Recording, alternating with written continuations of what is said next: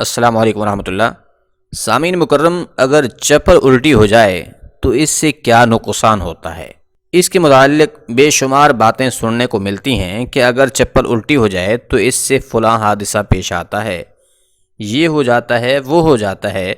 بہت ساری باتیں اس حوالے سے آپ نے بھی سنی ہوں گی، لیکن آج کی اس ویڈیو میں ہم آپ کے ساتھ ایسی دو باتیں شیئر کر رہے ہیں جو علماء کرام نے اپنی کتابوں میں لکھی ہیں، کیونکہ چپل جو ہے پہنتے ہوئے یا پھر اتارتے ہوئے یا اسی طرح جہاں پر بہت ساری چپلیں موجود ہوں وہاں پر چپل جو ہے الٹی ہو جاتی ہے۔ اب اس کے نقصانات کیا ہیں جو علماء کرام نے لکھے ہیں؟ پہلے نمبر پر یہ کہا گیا ہے کہ چپل الٹی جو ہے یہ شیطان کا تخت ہے، اس پر شیطان بیٹھتا ہے، اس لیے اگر چپل الٹی ہو جائے تو اسے فوراً سیدھا کر دینا چاہیے۔ اور دوسری بات جو علماء کرام نے بیان کی ہے وہ یہ ہے کہ اس سے تنگ دستی آتی ہے، مال میں تنگی پیدا ہوتی ہے۔ تو یہ دو باتیں علماء کرام نے لکھی ہیں، یاد رکھیے یہ دونوں باتیں علماء کرام کی اپنی ایک رائے ہے، قرآن و حدیث میں یہ ثابت نہیں ہے۔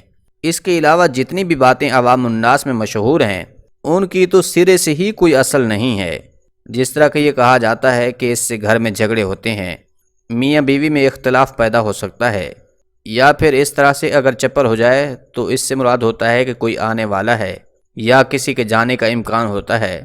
تو اس طرح کی کوئی بھی بات نہیں ہے، بس صرف یہی دو باتیں ہیں جو علماء کرام نے لکھی ہیں، جو ابھی ہم نے بتائی ہیں، جو کہ بہشتی زیور میں موجود ہیں۔ کہ پہلے نمبر پر یہ ہے کہ یہ شیطان کا تخت بن جاتا ہے جس پر شیطان بیٹھ جاتا ہے۔ دوسرے نمبر پر یہ ہے کہ اس سے تنگ دستی پیدا ہونے کا خطرہ ہوتا ہے۔ لہٰذا اگر چپل الٹی ہو تو اس حوالے سے صرف یہ دو باتیں علماء کرام نے ہی اپنی طرف سے بیان کی ہیں، قرآن و حدیث کے حوالے سے اس پر کوئی بھی ثبوت بالکل موجود نہیں ہے۔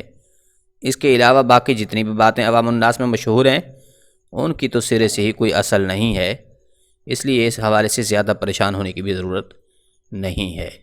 امید ہے بات سمجھ آ گئی ہوگی۔